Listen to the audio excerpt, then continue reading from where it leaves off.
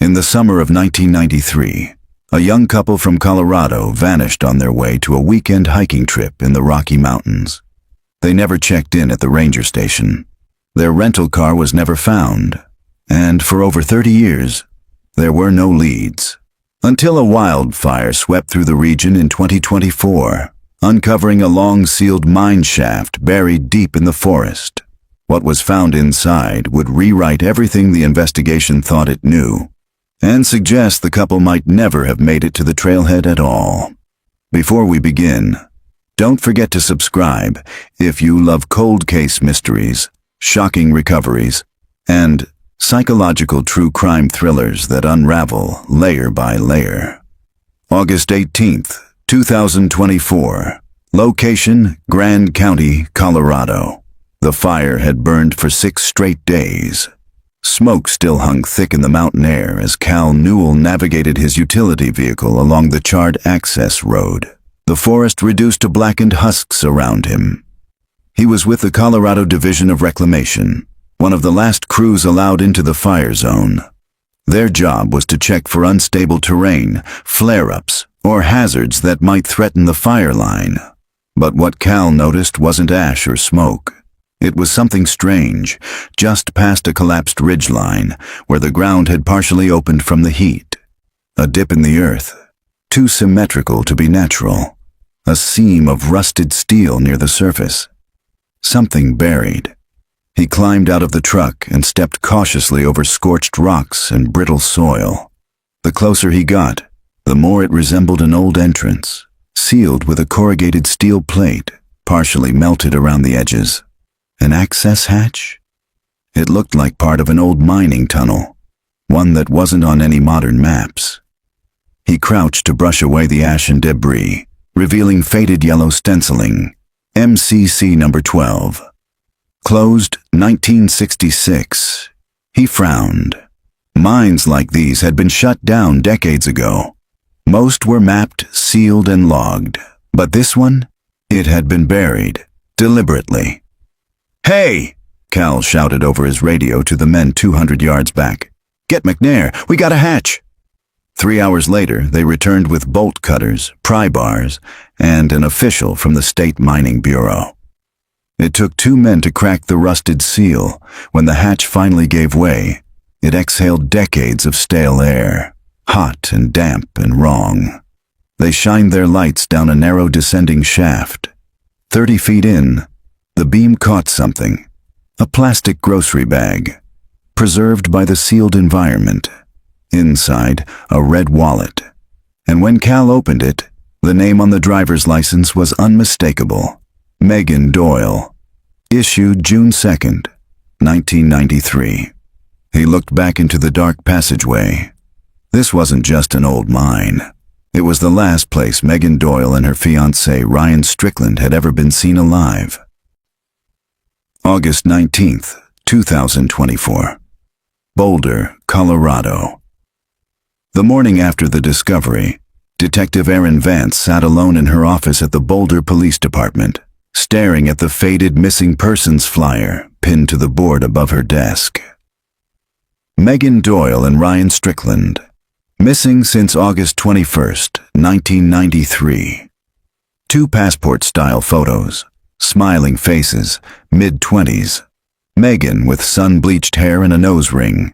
Ryan with thick dark curls and an oversized flannel that practically swallowed him. They looked like every young couple from the 90s. Idealistic, free-spirited, a little broke but happy. The kind of people who took road trips in rental cars and hiked into national forests with paper maps and granola bars. The kind of people who were supposed to come back.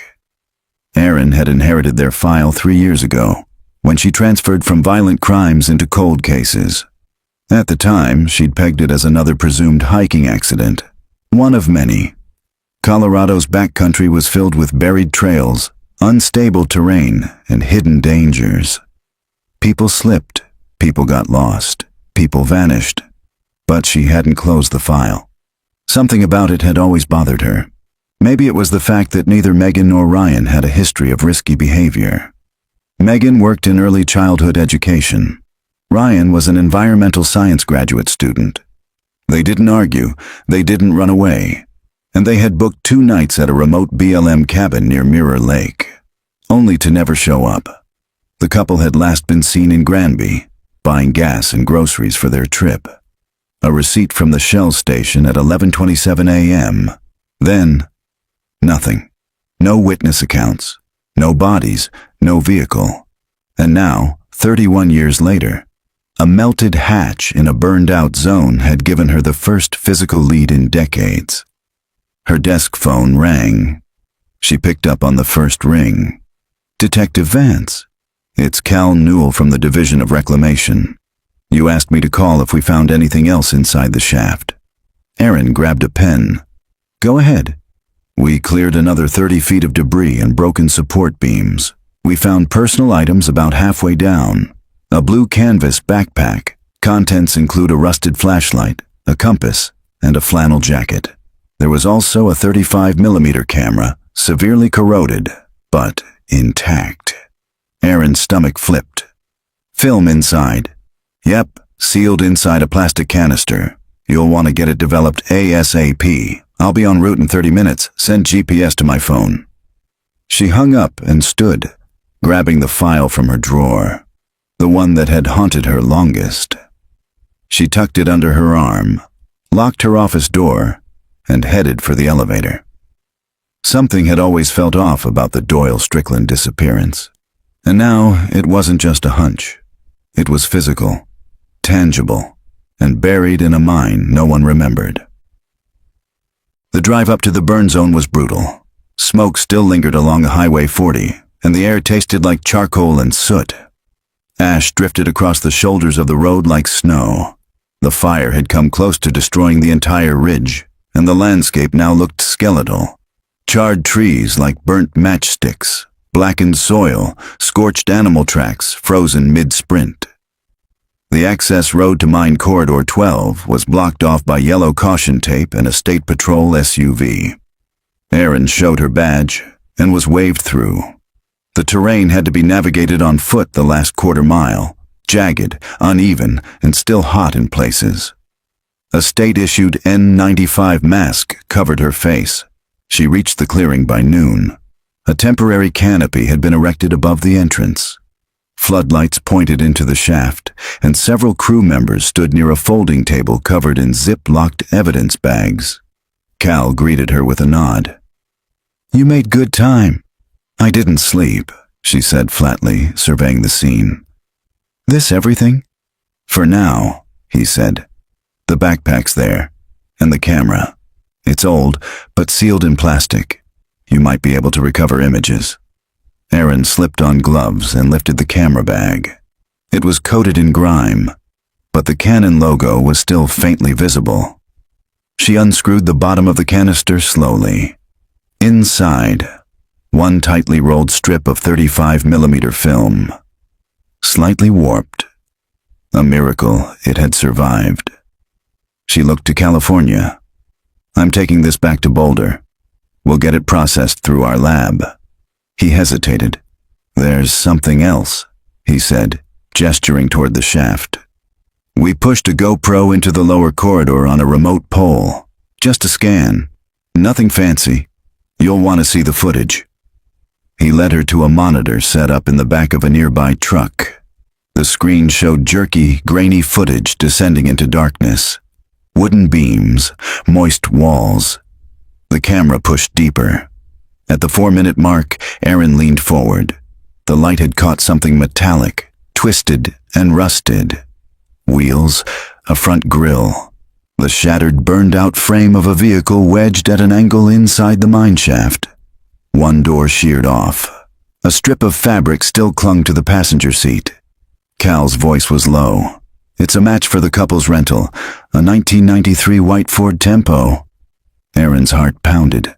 After 31 years, they'd found the car, half buried in a collapsed shaft, hidden behind a hatch someone had welded shut. This wasn't a hiking accident. This wasn't a misstep on a trail. This was a burial, and someone had tried to keep it that way. The undeveloped film, August 19th, 2024, Boulder Police Department. The film was still damp when it was handed off to the department's photographic preservation technician, a soft-spoken woman named Lena Barrow, who had been with the BPD archive lab for over 2 decades. She looked at the canister as if it were a delicate fossil. "You want to rush on this?" she asked. "I want everything you can give me before midnight," Aaron said. "Anything that survives, clear, blurry, I don't care. I need to see it." Lena nodded. "We'll work dry, no fluid baths, least invasive method possible. But if it's degraded too far, I'll take what I can get." Aaron left the lab and crossed the hallway to the cold case archive. The Doyle Strickland file sat open across her desk now, with maps spread beside it. She traced their route again. August 21st, 1993, 11:27 a.m. Granby gas station. Confirmed. Planned. Cabin check-in near Mirror Lake by 2 p.m. Never arrived. No sightings along Highway 34.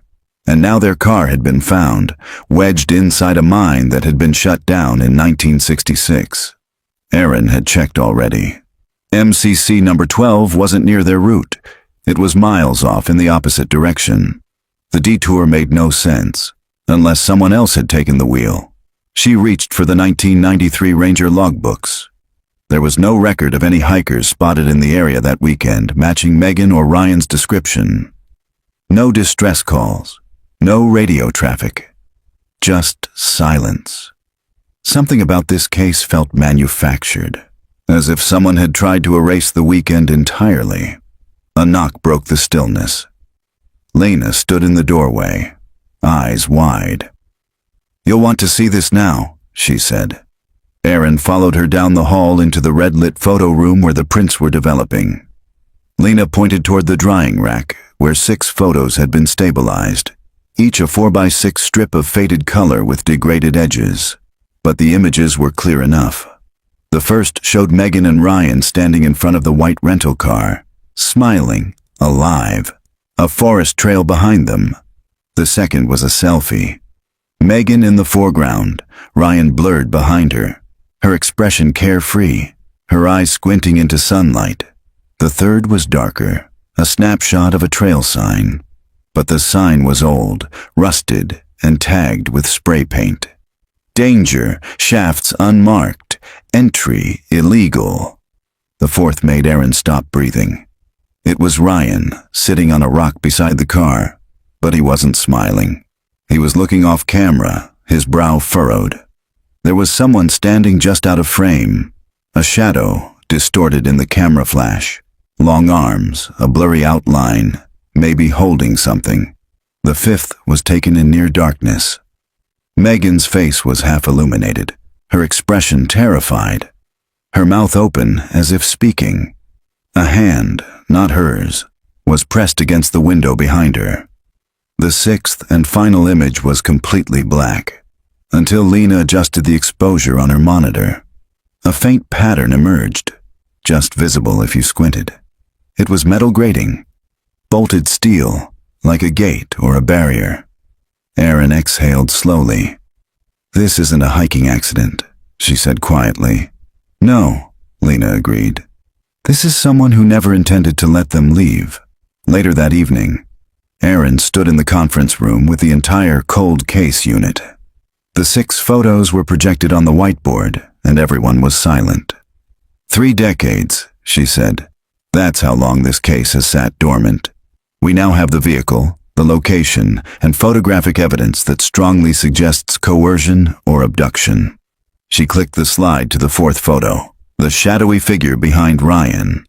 "We've run enhancement filters. This is not a forest ranger. The build, the posture, it's wrong. And no known personnel were active in that area in '93. Someone lured them off course. We just don't know how." Lieutenant Morgan folded his arms. "We'll reopen the file officially.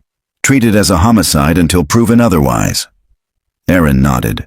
"I want to work the case full-time. Interviews, ground search, full forensic workup of the mine shaft." "You'll get what you need," Morgan said. "We'll assign a field team to secure the site in the morning. But if this turns into something more than an old cold case, if there's a third party involved, we'll find them," Aaron said. even if it's been 30 years.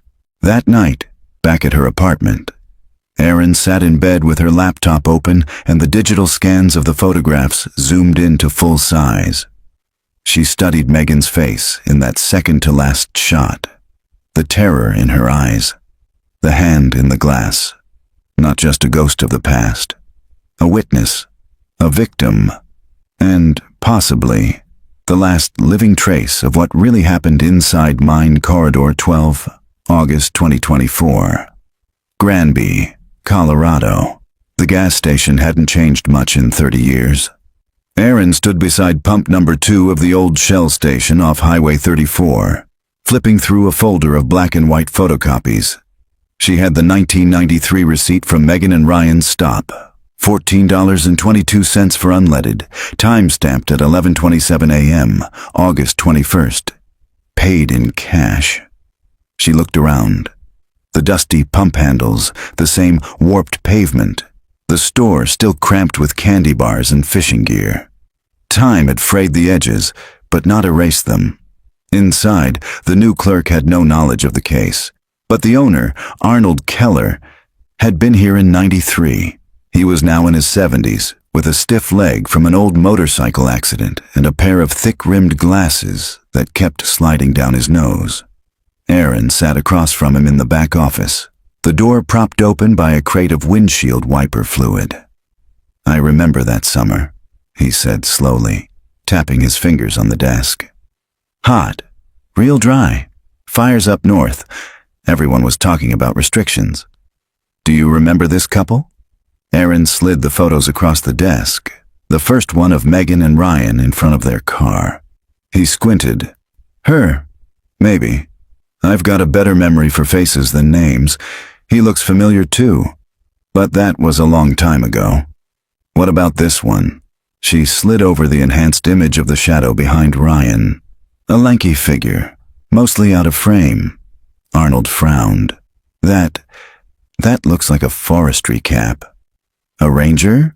"Could be, but it's not an official uniform. Back then, a lot of locals bought surplus gear. Hats, jackets. We sold them here for years." Erin leaned forward. "Did anyone around here wear that kind of stuff regularly?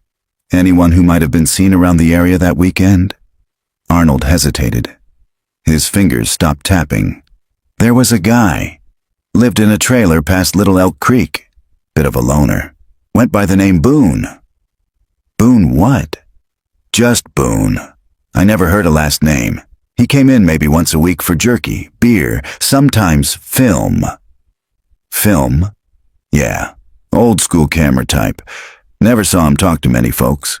Wore a forestry cap, worn out to hell. Had a weird walk, like he limped but refused to use a cane. You know if he's still around?"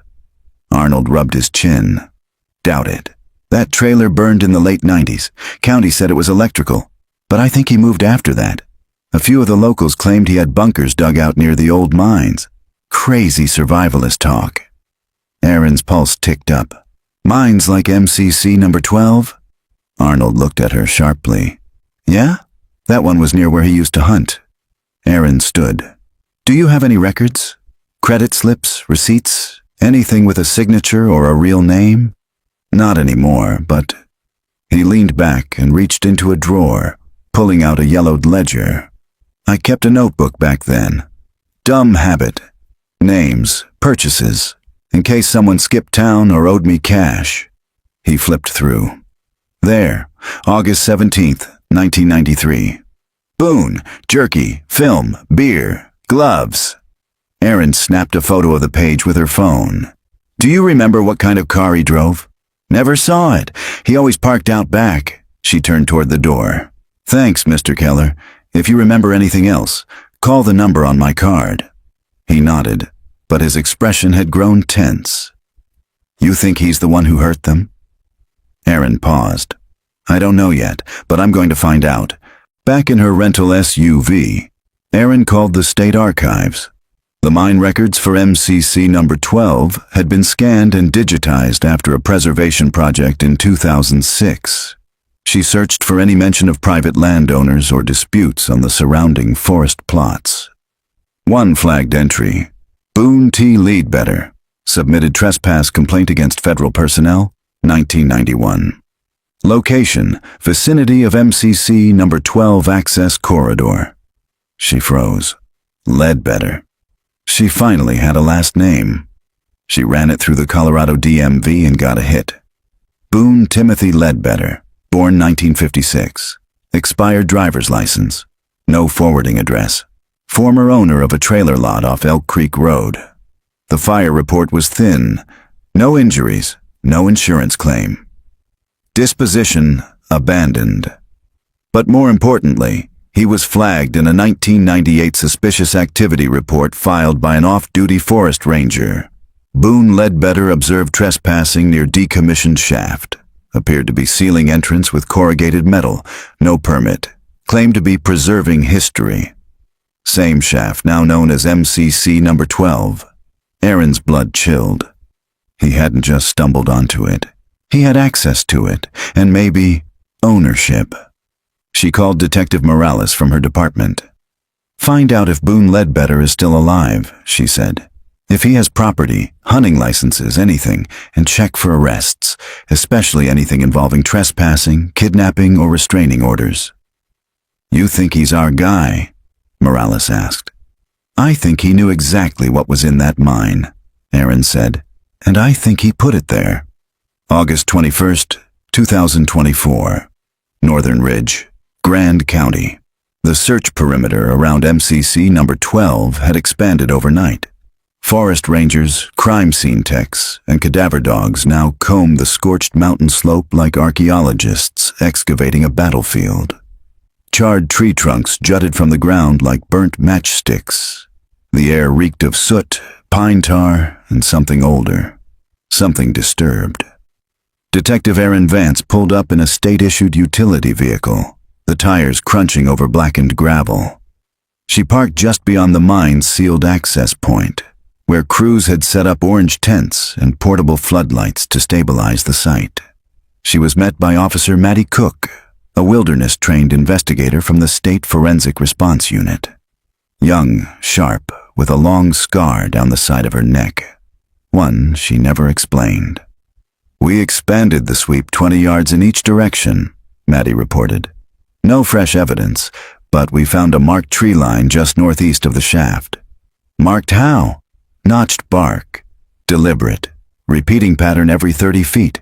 Triangle cuts with a center slash." Aaron frowned. "Trail signs?" "Old school ones. Not used by rangers. More like private code." Matty led her across the charred hillside to the northeast quadrant. The trees here were partially spared, singed, but not destroyed. About 10 yards in, they found the first mark. A triangular notch with a vertical cut bisecting it. A few feet below, a rusted nail stuck out of the bark. The same mark repeated on 5 trees. The sixth, deeper into the woods, bore a different symbol, an X carved into the trunk. And just below that, barely visible beneath scorched underbrush, a pile of flat stones arranged in a deliberate rectangle. Aaron crouched.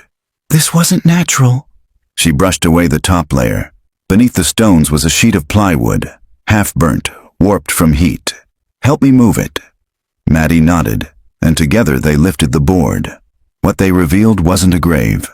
It was a trap door. The hinges had rusted nearly shut, but the door pulled back with a groan. Beneath it, dirt stairs descending into what looked like a dugout. Not stone like the mine, but reinforced timber, sagging but intact. "No one mentioned a secondary structure," Aaron muttered. "It's not on any of the old maps," Matty said, peering down. "You want to go in?" Aaron nodded.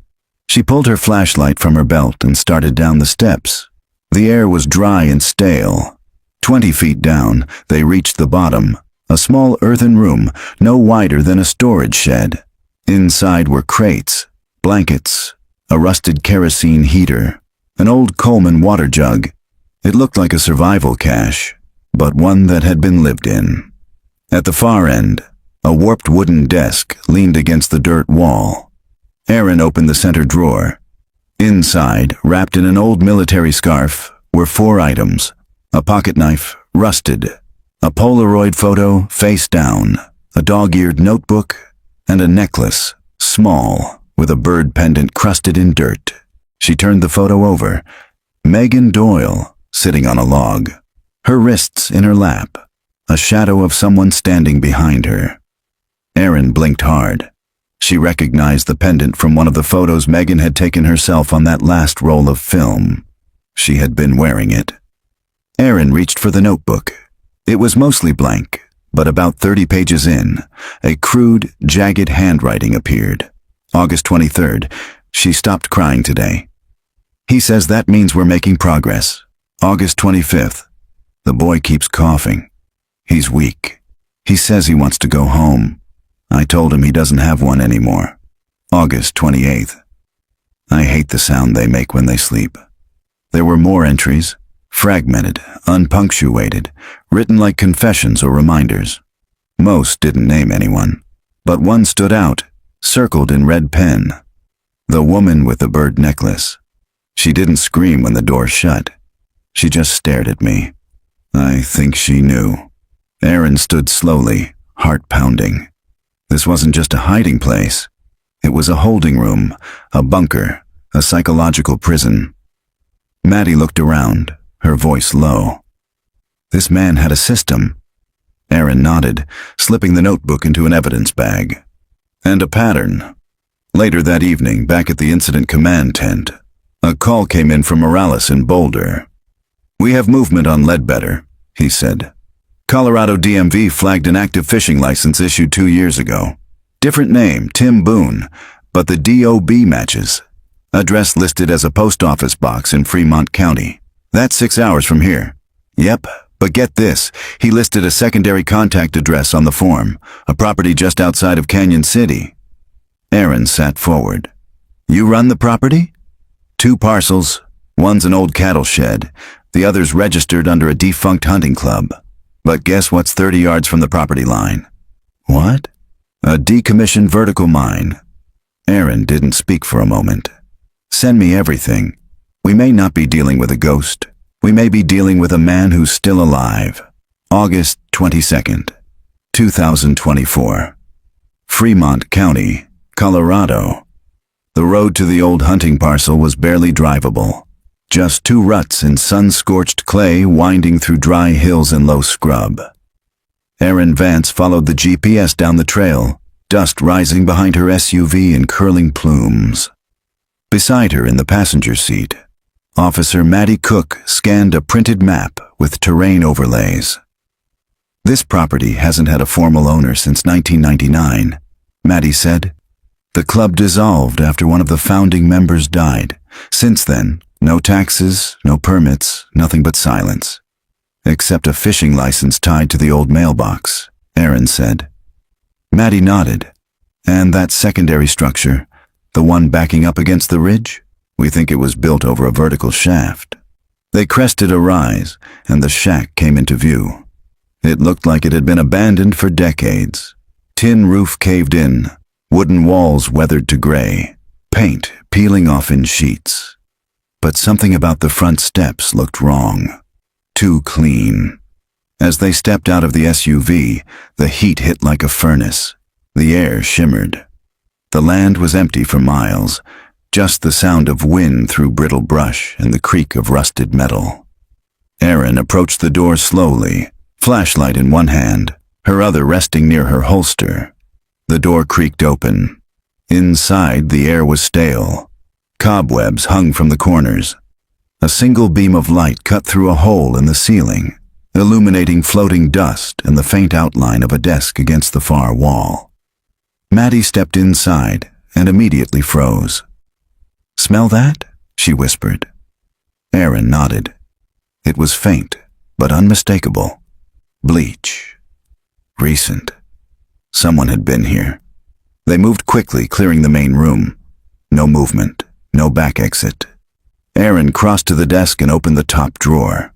Inside, yellowing paperwork, mouse-chewed edges, and a battered leather-bound ledger with the words "Rock Valley Game and Gun" embossed in faded gold. She opened it.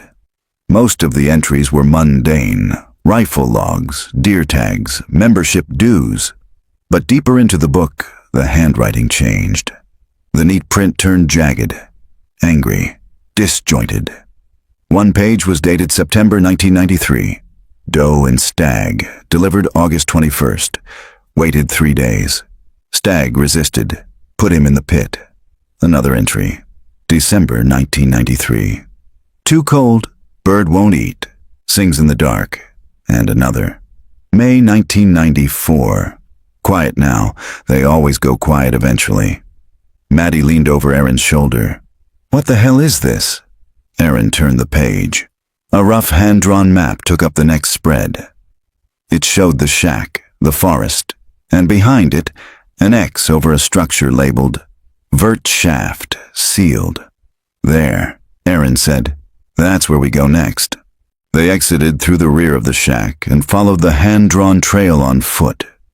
After 20 minutes, they found it. A pile of rocks and rusted scrap, partially obscuring a cement collar in the earth. Chained shut, padlocked. The shaft was old, lined with moss and moisture, but a recent tire track looped nearby, faint but clear. Erin bent down. Someone's been guarding this. She snapped photos and radioed it in. Vance to base. We've located a sealed vertical shaft on the Rock Valley property. Requesting ground-penetrating radar and forensic excavation crew. Copy that, came the reply. Crew ETA 4 hours. Erin stood and wiped sweat from her brow. There's something down there, she said. Maddie was crouched near the edge, brushing debris away from the lock. She pulled something out of the grass. A tooth, small, human, yellowed with age, the root still attached. She held it up, her voice dry. I think it's time we stopped calling this a missing persons case. Later that evening, Erin sat in the makeshift field tent as the forensic dig team rigged a tripod over the shaft. The radar had already confirmed the worst. Objects inside. Multiple depths. One possible vehicle signature. One cluster of bone density. Erin stared at the open ledger on her lap, its blood-stained corners now sealed in a plastic sleeve. Each coded entry was a clue. Doe. Stag. Bird. Likely pseudonyms or internal references. A way to dehumanize. A way to catalog victims without names. She looked over at the evidence board where Megan Doyle and Ryan Strickland's photos now sat beside Boone Ledbetter's old ID. He hadn't just killed. He had recorded, tracked, measured, described, and maybe kept others. A forensic tech appeared at the flap of the tent. Ma'am, she said quietly. We just pulled a box from the shaft. Inside were personal items, Polaroids, and what appears to be clothing fragments. Female. Erin stood. Any sign of bodies? Not yet, but we found another locked chamber, dug into the side of the shaft wall. Jesus. The tech hesitated. There's more. One of the Polaroids. We think it's from the late 90s, the woman in it. She handed Erin the photo. It wasn't Megan. It was someone else. Someone new, and she was wearing a bird necklace identical to Megan Doyle's. Erin's throat went dry. This wasn't a one-time thing, she said. This was a pattern, and she had a feeling they were only beginning to understand the scale. August 23rd, 2024. Boulder Police Department. Evidence Lab. The Polaroid was curled from age and heat. Its corners brittle, the edges smudged with something that looked like ash. But the image itself was clear, too clear. A young woman, early 20s, sat on a cot made of wood and fabric. A bare light bulb hung overhead. Her arms were crossed over her stomach, and her eyes were locked onto the lens. Not pleading, not afraid, but hollow. Like she'd already come to terms with something no one should ever have to. She wore a canvas jacket and faded jeans. Around her neck hung a thin leather cord with a bird-shaped pendant. It was not Megan Doyle, and yet the resemblance was eerie. Not physical, but contextual. Like she'd been dressed, posed, and kept the same way. Erin stared at the photo under the lab lights. Estimated date? She asked. Forensic imaging says around 1998, said Lena, the technician. It was stored in a sealed tin. No water damage, no mildew. The exposure is good. Developed using Polaroid Type 600 film. Discontinued in the early 2000s. Can we enhance the background? Lena adjusted the sliders. The shadows sharpened. There were vertical wood planks behind the woman. Some splintered, some notched. On the back wall, carved faintly into the grain, were two initials. R.S. Erin's stomach twisted. Ryan Strickland, she said quietly. Or someone using his name. Down the hall in the incident room, she pinned the new Polaroid beneath the earlier ones. Megan, Ryan, the shadows, the pit. And now this girl. A timeline was beginning to form, and it was worse than she feared. 1993. Megan Doyle and Ryan Strickland vanish. 1993 to 1994. Boone Ledbetter disappears off-grid. 1998. Polaroid dated and stored with preserved items, suggesting continued abduction or captivity pattern. This wasn't a one-off. This was cyclical, methodical, predatory. Erin rubbed her temple, staring at the wall of photographs and evidence tags, trying to find the thread that tied it all together. Was it only the mine? Only this one man? Or had someone helped him? By midday, Morales called in. We got a partial match on the girl in the Polaroid, he said. Facial recognition ran it against old missing persons databases. We have a probable ID. Who? Hannah Claire, vanished May 5, 1998, age 22. Last seen hitchhiking west of Colorado Springs. No vehicle, no witnesses. Just gone. You sure? 92% facial match, plus a note in her file. Her sister said she wore a necklace, a carved wooden bird she got from their grandfather. Erin felt a chill crawl up her spine. And that was never made public? Nope, buried in the narrative. Not mentioned in press releases. So how does that end up on two women, 5 years apart? I don't think it's coincidence. Neither do I. Back at the shaft, the excavation crew had broken into the sealed chamber wedged into the pit wall. The tunnel inside was barely wide enough for a grown man to crawl through. 40 feet in, they found a low room carved into the rock. Inside, 3 metal-framed cots, 2 rusted folding chairs, and a table with dozens of Polaroids spread like a fan across its surface, each labeled by date and nickname. Bird, 1993 to 1994, Maple, 1996, June, 1998. The images were all posed, all staged. Some showed bruises, some showed women curled into themselves, some were almost calm, blank. But not a single one showed Megan Doyle after 1994.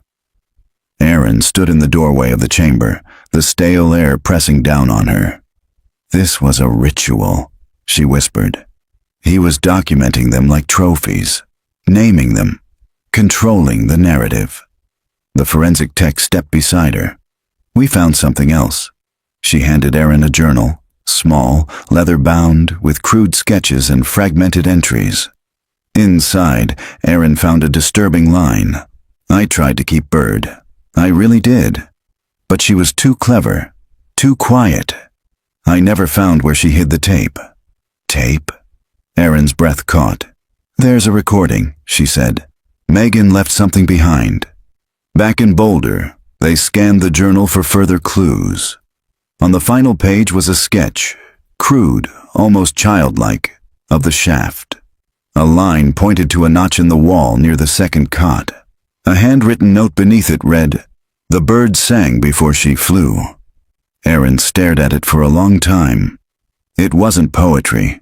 It was a message, a location, a warning, and maybe, just maybe, a final piece of her voice preserved in stone. August 24th, 2024. MCC number 12, Subchamber, Grand County. The shaft walls groaned as Erin Vance lowered herself into the deepest pocket of the mine. this time alone with a headlamp, gloves, and the copy of Boone Ledbetter's journal tucked into her field vest. The forensic crew had already cleared and reinforced the tunnel leading to the chamber Megan may have been held in. Aaron reached the second cot. It was rusted at the joints, the mattress half decayed, with torn cloth exposing a wire frame underneath. But what mattered was the wall directly beside it.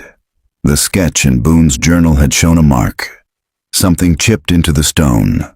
Erin ran her gloved fingers across the cold surface until she felt it. A divot. Not natural, not mining wear.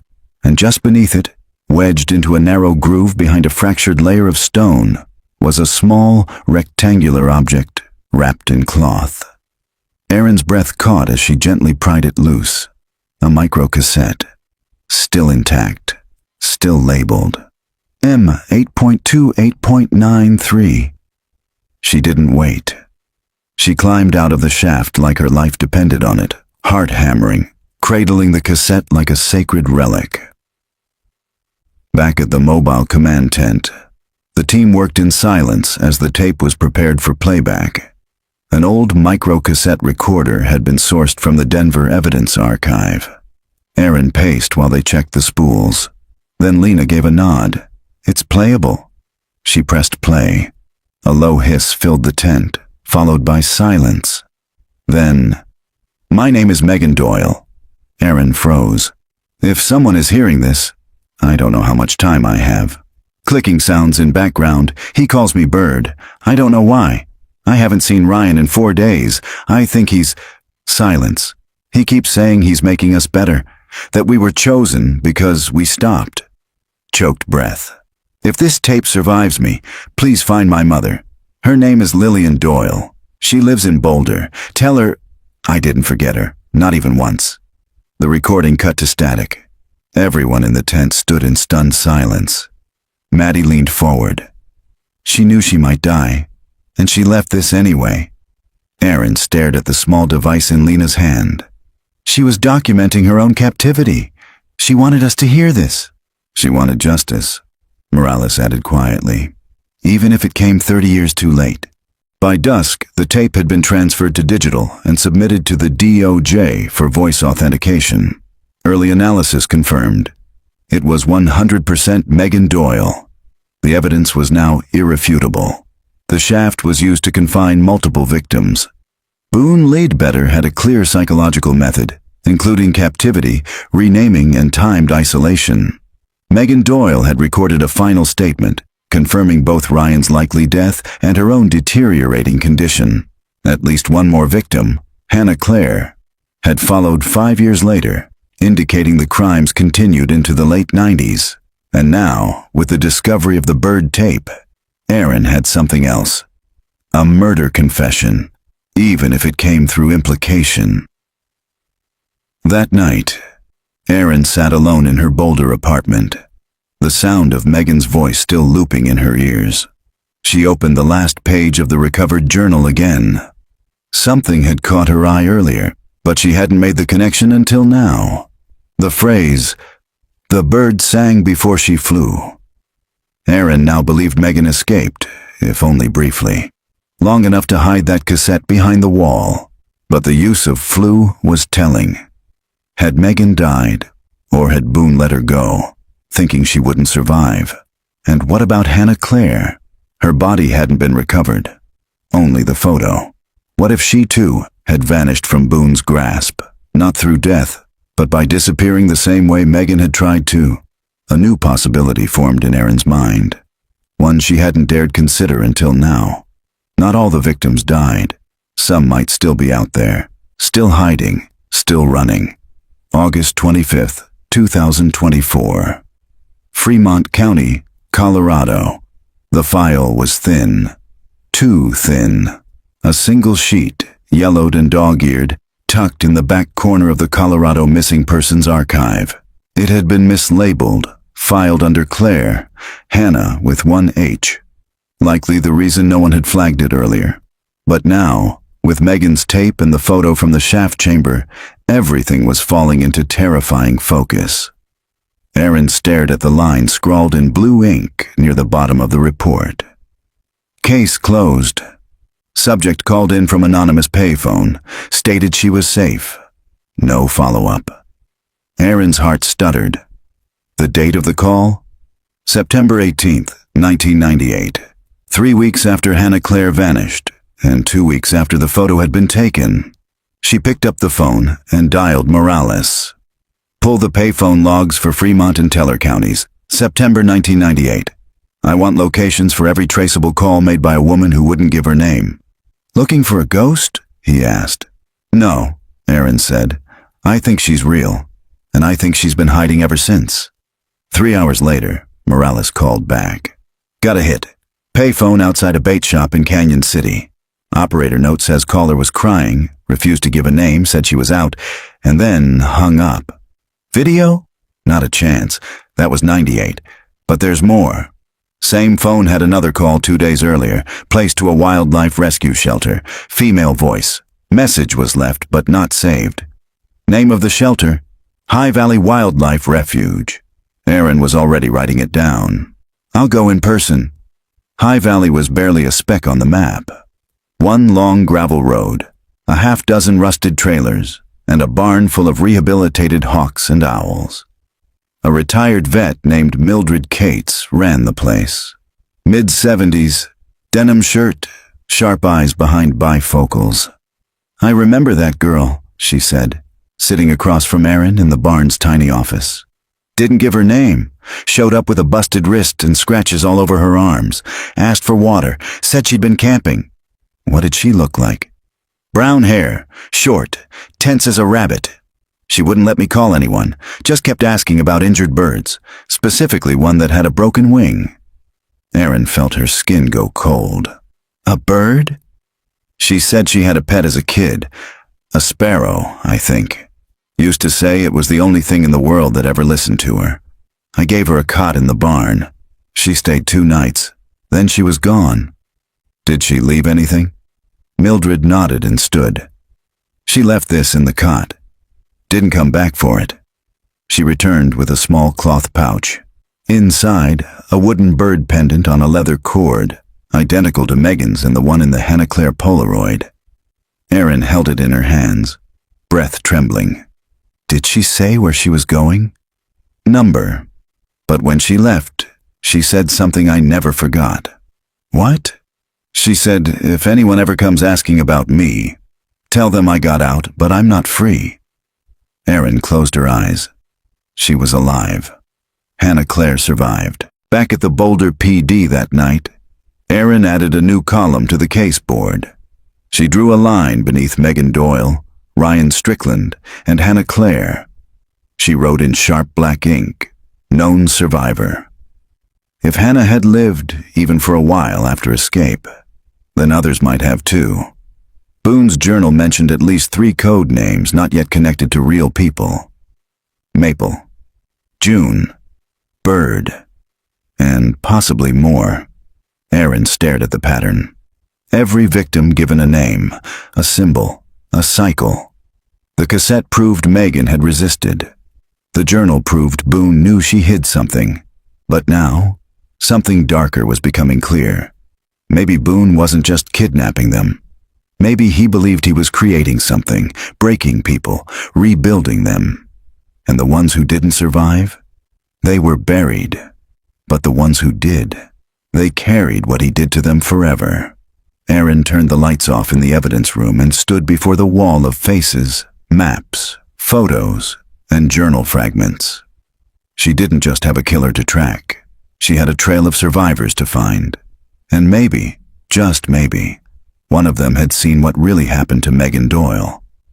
August 26th, 2024. Grand County, Colorado.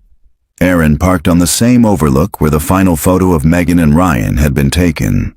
Ryan grinning in front of the red Cadillac, arms slung around Megan's shoulders, forest stretching behind them like a painting. The lake shimmered beyond the pines, calm, silvered in the morning light. It had been 31 years, the last known location before they disappeared.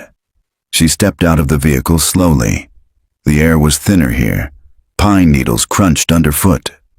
Across the road, The trailhead to Mirror Lake wound down between the trees, partially overgrown, but still marked by a faded Forest Service post. Erin pulled the photo from her file. Ryan had been standing about 20 feet from the edge. Behind him, just barely visible in the original frame, was the top edge of a man-made ridge, a flat shelf that looked too straight to be natural. She followed the trail down. 20 minutes in, the forest grew darker, thicker. The wind quieted. Birds chirped high above, but otherwise, the place was unnervingly still. Then she saw it. A clearing. Charred stumps, broken glass. A ring of scorched earth where the Cadillac had once been torched and left to rot. This was where they'd been found. Erin crouched beside the crater of scorched brush where the vehicle's remains had been exhumed. A soft indentation remained, overgrown but visible, a long, shallow depression that had likely held the car for decades. Beneath it, a layer of loose gravel. She brushed the dirt back with her gloves, revealing a rusted bolt, then a jagged strip of red paint. She stood slowly, heart pounding. "This is where it started," she whispered. Or maybe, this is where it ended. The forensic team had already combed the area when the Cadillac was pulled from the dirt 2 weeks prior. But they hadn't searched beyond the clearing.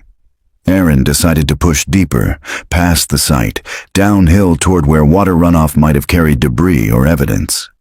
What she found, about 50 yards in, stopped her cold. A fire ring. Old, scorched. And beside it, a half-buried metal tin, wedged beneath the root of a pine tree. Erin dropped to her knees. Inside the tin was a folded piece of paper, sealed inside a cracked Ziploc bag, faded by moisture but legible. She unfolded it. It was a letter, handwritten, in blocky, deliberate strokes. "To whoever finds this, my name is Megan Doyle. If this is still here, then he never came back, or maybe I didn't, I don't know. I lost track of time. I left the tape in the wall because I knew no one would believe me without hearing it. He kept calling it the pattern. Said he'd done this before, said I was next, but I kept quiet. I remembered my mother's voice. I remembered home. If you find this, please find my mother. Her name is Lillian Doyle. Tell her I fought. Tell her I tried, and tell her I remember the sound of her singing by the kitchen window. That's what kept me alive." Meg and Erin sat still for a long time. The forest had gone silent. This wasn't just evidence, it was a goodbye. And it changed everything. The tape Megan left behind had been one part of the story, proof of Boone Ledbetter's crimes. But this letter proved something even more disturbing. Megan had escaped the mine. At least for a time. She'd made it here, to the surface, to the car, to the road. And still, she was never found. Not until now. Later that evening, back at Boulder PD, Erin sat with Lillian Doyle, the woman who had spent 31 years waiting for her daughter's voice. She played the tape again, slower this time, each word hitting like a hammer. When it ended, Lillian's hands trembled. She didn't cry. She just stared at the table, then reached into her purse and pulled out an old, creased photo. "People told me to move on," she said softly. "But I always knew. A mother knows." She pushed the photo across the table. It was of Megan, age 7, standing by a kitchen window, singing, sunlight catching her hair. "That's the moment she was talking about," Lillian whispered. "The one that kept her alive." Erin's voice cracked. "She remembered." Lillian nodded. "She came back to me, even if it was only in her words." Erin stood. "We're going to find out everything he did, everyone he hurt, and anyone who might have helped him." Lillian's eyes were tired but fierce. "Good," she said, "because I think she wasn't the only one he took." August 27th, 2024. Colorado Bureau of Investigation, Cold Case Archives. The room smelled like dust, plastic, and time. Rows of metal shelves held the state's darkest secrets. Unsolved cases, abandoned leads, and the records of the forgotten. Aaron Vance stood in the aisle marked 1990 to 2000. Unidentified victims and Jane Does. With her gloves already on and a crate labeled RB147-recovered materials, Rock Valley Hunting Club beside her, she slid a thick manila folder from the crate and opened it on the steel cart. Inside were Boone Ledbetter's final possessions, recovered from the shaft wall's hidden chamber. There were photos, maps, scattered notes, and one thing they hadn't cataloged yet, a leather-bound notebook, smaller than the ledger, with a lock that had long since rusted away. She opened it. The first page had only a single phrase, written in pencil. The pattern begins with silence. What followed chilled her blood. A table, handwritten. 2 columns, 23 rows. On the left, code names. On the right, years. Bird, 1993. Stag, 1993. Maple, 1996. June, 1998. Ash, 2001. Sparrow, 2003. Doe, 2006. And so on. 23 entries. Only 3 had been linked to real people. The rest, unidentified. No bodies, no reports, just Boone's private log. And then, below the final entry, a note. The mine is full. The mountain will bury what the world refused to hear. Aaron closed the book slowly. This wasn't just one crime. It was a program, a method, a ritual. She had to know more. She called Morales. I need every unsolved missing persons report between 1992 and 2010. Female, ages 16 to 30. Last seen within a 300-mile radius of Grand and Fremont counties. Jesus, that's going to be hundreds of cases. I'll narrow it down. Just run the search. Hours later, the results started coming in. Aaron sifted through digital files, comparing names, dates, and descriptions against Boone's list. She flagged any report with eerie similarities. Nature settings, vehicles abandoned near forests, victims with no known enemies, or items left behind that couldn't be explained. One file stood out. Case number 2003-408. Marissa Eldred, age 24. Disappeared. June 14th, 2003. Last seen, leaving a campground in Gunnison National Forest. Evidence, car found roadside, driver door open, campfire still burning. Her dog found alive nearby, no signs of struggle. Marissa's case had gone cold after a few weeks. No witnesses, no leads. But her year, 2003, matched a code name in the ledger. Sparrow. Another match. And then another. Ash. 2001. Possibly Clara O'Neill, vanished hiking alone near San Isabel. Doe. 2006. Unidentified remains found in a root cellar near Cannon City. No ID. Partial dental match to a girl from Wyoming. No confirmation. One by one, the women were surfacing, buried not just under dirt, but under decades of clerical apathy. Erin leaned back in her chair, the weight of the discovery pressing down on her. 23 victims, only 4 known. No centralized pattern ever noticed, until now. And it all came back to one man, Boone Ledbetter. Except, not all of the entries had Boone's handwriting. Erin flipped to the middle of the notebook, a new pen, a different style. Someone else had written, "She sang louder than the others." Couldn't break her, had to send her away. Risk too high. No code name listed, no date, just one final line, scrawled in angry ink. He says the pattern belongs to him, but he doesn't understand. It was never his. Erin stared at the page. This wasn't just Boone. There was someone else. That night, Erin met Morales at the bar across from the bureau. She showed him the note. He wasn't working alone, she said. Not the whole time. Morales exhaled slowly. Jesus. We assumed Boone was the architect. But what if he was just the enforcer? You think there's someone else still out there? I think Megan knew. I think that's why she hid the tape. She wanted to make sure the real story survived, even if she didn't. Morales stared at the notebook. "What do you want to do?" Aaron answered without hesitation. "I want to find the one who finished the ledger. August 28th, 2024. Boulder PD Cold Case Unit."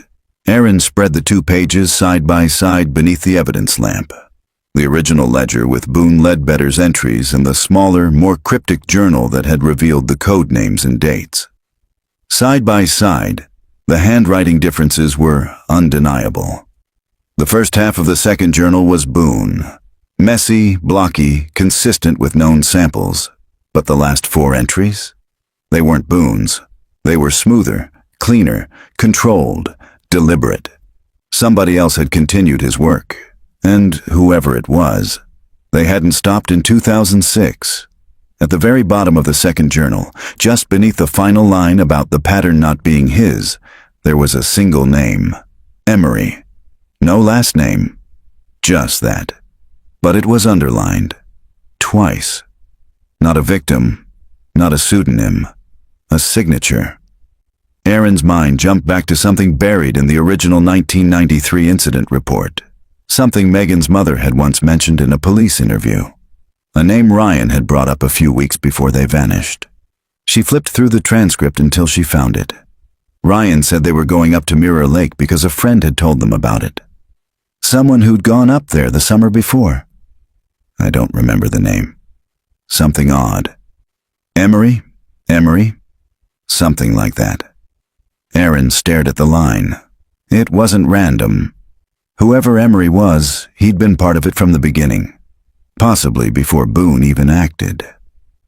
Later that afternoon, she drove to the small, overgrown parcel on file under the old Rock Valley Game and Gun Club deed. Most of the land had reverted to state control after the club disbanded. But a thin triangular wedge, barely half an acre, had been sold off in 1994 to a private buyer. The name on the deed? Emery Talcott. Aaron's chest tightened. She dug deeper. Talcott had no criminal record, no family connections to Boone. But one detail stood out. In 1992, a full year before Megan and Ryan vanished, Emery Talcott was cited for illegal hunting in Grand County. The case had been dismissed, but he'd been caught with a map marked RV-Delta and a radio scanner used to listen to emergency channels. RV, Rock Valley. He knew the terrain. He had access. He had means. Aaron and Morales stood outside the old Talcott residence, an A-frame cabin hidden in the woods west of Cotopaxi. The structure was crumbling, swallowed by vines and trees, but still standing. The mailbox bore a single, rusted letter. E. Inside, they found mold, rot, and scattered wildlife magazines. But what mattered was the basement. A room barely visible beneath a trap door in the kitchen floor, sealed shut with a padlock that had long since rusted through. Morales pried it open. They descended in silence. The smell was musty, metallic. What they found underground chilled them both. Another room, stone walls, a cot, a table with restraints bolted to it, and on the wall, behind a layer of dust, a series of Polaroids thumbtacked to the concrete. All women, all staged, same style, same poses, but the signature at the bottom of each photo? E.T. initials matching the journal. Aaron scanned the room, flashlight slicing through cobwebs. A crate sat in the corner, sealed with metal wire. Inside it, she found something she hadn't expected. Clippings, newspaper articles, printouts from missing persons databases, blog posts from online cold case forums, all with notes scribbled in the margins. Too public. Wrong age. Not ready. Quiet type, possible. Bird remembered. She ruined the cycle. Aaron stepped back, her hands trembling. Morales? He's not just documenting them. Morales read the clippings over her shoulder. He's studying them. He's still active, Aaron said. Jesus. No, listen, this last note. She pointed to the margin beside an article dated May 2024, featuring a photo of a missing girl from Durango. This is 3 months ago. He hasn't stopped. Morales turned pale. You think he's grooming new victims? I think he's continuing the pattern. The mine might have collapsed. Boone might be dead. But Emery Talcott is still alive. Morales took a shaky breath. What do we do? Aaron looked up at the Polaroids, at the crude table, at the cycle that had never really ended. We find him. August 29th, 2024. Fremont County, Colorado. It was nearly dark when the unmarked SUV rolled to a stop at the end of a long, rutted driveway carved through dense pine. The coordinates came from the margin of a 2024 clipping, handwritten in faint blue ink on the back of a Polaroid. If she sings, she's ready. Check. Late August. Aaron stared out the windshield at the distant silhouette of a hunting cabin. Its windows shuttered, a faint orange light glowing behind slats. No electricity lines, no satellite dish, no cell reception. They were on their own. Morales readied the entry team. 2 SWAT officers flanked the sides while Aaron approached the porch with quiet, practiced steps. Inside, a voice was singing. Not loud, not cheerful, hushed, almost childlike. Aaron pressed her back to the wall and listened. Mama's in the kitchen cutting up the pie. She swallowed hard. The same song Megan Doyle had referenced in her tape. The lullaby her mother used to sing at the window. Whoever was inside, they knew that. They had heard the tape. Or worse, they were there when Megan sang it herself. Morales gave the signal. The door came open fast, hinges splitting, flashlights cut through the cabin. Inside, a girl, late teens, pale, sitting cross-legged on the floor. She didn't flinch at the entry. She just looked up at them, blinking slowly. She wore a canvas jacket. Her wrists were red. On the wall behind her, a wooden bird hung from a nail. "Where is he?" Aaron asked. The girl stared, then pointed to the trap door. The basement was colder than outside. Dust, silence, and then footsteps. They turned fast, weapons drawn. But it wasn't a man who emerged from the shadows. It was a figure in flannel and canvas, thin, gray-haired, eyes glassy. Emery Talcott. He didn't run, didn't speak. He just raised his hands slowly, palms out. "I knew you'd come," he whispered. Aaron stepped forward. "You watched them, all of them. Megan, Hannah.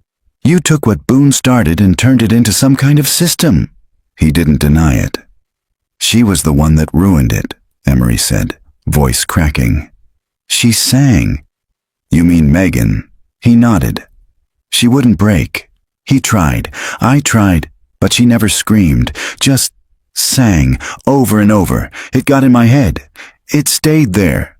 "You killed her." "No," Emery whispered. "She walked. She made it to the ridge. I was the one who pulled her back. I'm the one who made sure she never left again." Aaron's jaw clenched. "You buried her?" "I buried the pattern." "No," she said, stepping forward, voice low and shaking. "You buried the proof, but she still got out. She left us everything, her voice, her story, her goodbye." His hands trembled. "None of them fought like she did." Aaron looked him in the eye. "And that's why we're here." The arrest was swift. No resistance.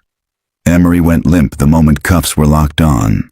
The girl upstairs, Jenna Cross, age 17, had been reported missing just 6 weeks earlier from New Mexico. She was malnourished, bruised, and shockingly composed. "He kept calling me June," she told the paramedics. "But that wasn't my name." August 30th, 2024. Boulder PD headquarters. Aaron stood before the wall of code names one last time. The Polaroids, the journal, Megan's tape, Hannah's pendant, Jenna's safe return. They had enough for federal indictments. DNA recovered from the mine shaft matched to 3 other Jane Does. Names would follow, graves would be found, families would get closure. But Megan Doyle? She was never recovered. Only her voice, Her words, her resistance. And that mattered. It meant the pattern didn't win. It meant the silence had finally broken. September 4th, 2024. Boulder, Colorado. At the small community memorial garden beneath a flowering dogwood tree, Lillian Doyle stood beside Erin, holding a bronze plaque in her hands. Erin stepped forward, unscrewed the old placeholder nameplate, and fixed the new one in place. It read, "In memory of Megan Doyle, 1971 to 1993. She sang louder than the silence. A breeze stirred the trees. Lillian reached into her purse and pulled out an old, worn cassette. The original, the one Megan had left behind. She placed it in the dirt, beneath the plaque, and whispered, "She's free now." Erin stood beside her, the sun warm on her shoulders, the forest behind them quiet at last. The pattern was broken, and the girl who sang in the dark would never be forgotten.